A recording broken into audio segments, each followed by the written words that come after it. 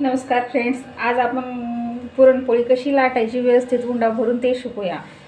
माझ्या काही टिप्स आहेत ते फॉलो केलो तर पुरणपोळी फुटणार पण नाही आणि व्यवस्थित फुगेल, व्यवस्थित होईल। हे बघा, पीठ घेऊया असं।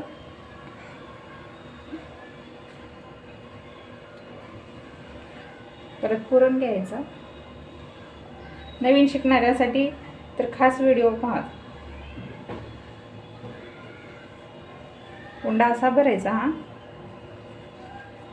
हळूहळू करून पीठ गोळा एका जागी करायचा। जास्त पीठ ओढलं की एका जागी कमी जास्त होतं पीठ आणि नंतर मग पोळी फुटून जाते।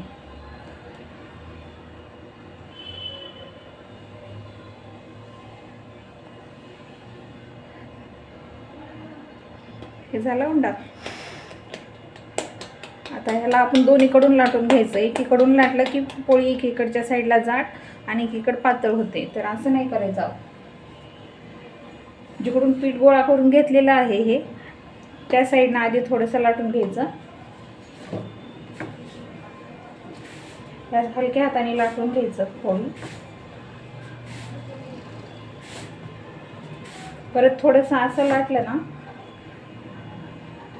परत ह्या साईडनं पण लाटून घ्यायचं, म्हणजे दोन्ही साईडनं समान पोळी होईल आपली। एकीकडे जाड एकीकडे पातळ होणार नाही।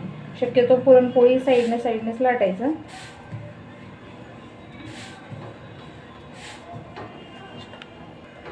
अशा प्रकारे आपली पोळी लाटून झालेली आहे। आता आपण हलक्या हाताने अशी एका हातावर घ्यायची आधी, नंतर हा पण हात असा लावायचा। हळूच तव्यावर अशी दोन्ही हाताने टाकून द्यायचं।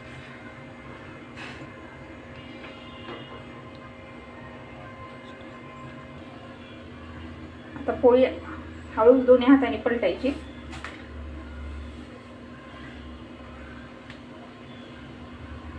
हे पहा, पुरणपोळी किती छान फुगते आता। कधी पण पोळी दोन्ही साईडने लाटायची।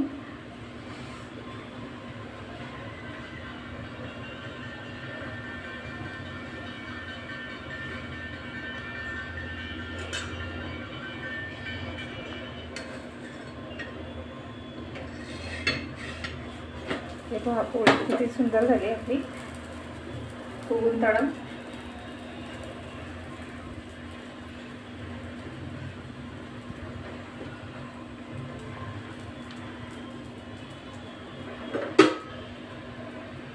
आता श्रावण महिना चालू झालेला आहे। खरं तर पुरणपोळ्याचाच महिना म्हणलो तरी चालेल।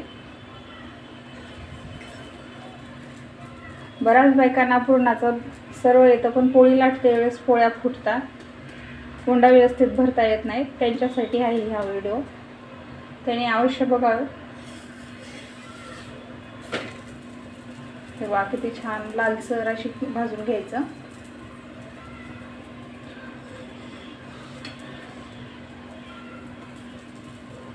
चला, आपली पुरणपोळी तयार आहे खाण्यासाठी।